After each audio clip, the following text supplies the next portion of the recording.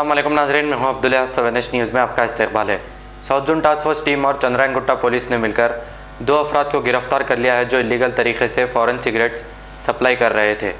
इनके कब्ज़े से 30 foreign cigarettes के कार्टून जब्त करते हुए पुलिस ने इन्हें अदालती तहवील में दे दिया है। आइए देखते हैं हमारे नुमाइंदे अरबाज की ये रिपोर्ट।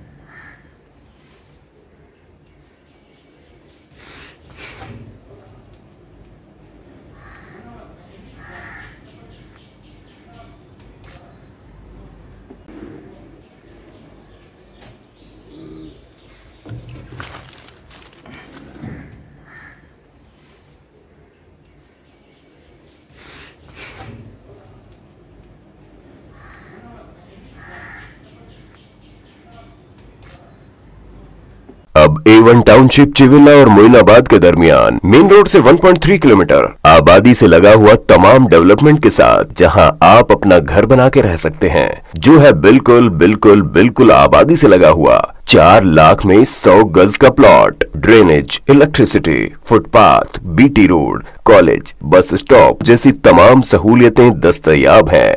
आपका ये छोटा सा इन्वेस्टमेंट आपका और आपके बच्चों का मुस्तकबिल बदल सकता है। मजीद मालूमात के लिए हमें कॉल करें। Address pillar number 235 opposite fishers department, Rajendra Nagar, Hyderabad. Contact 7799603838।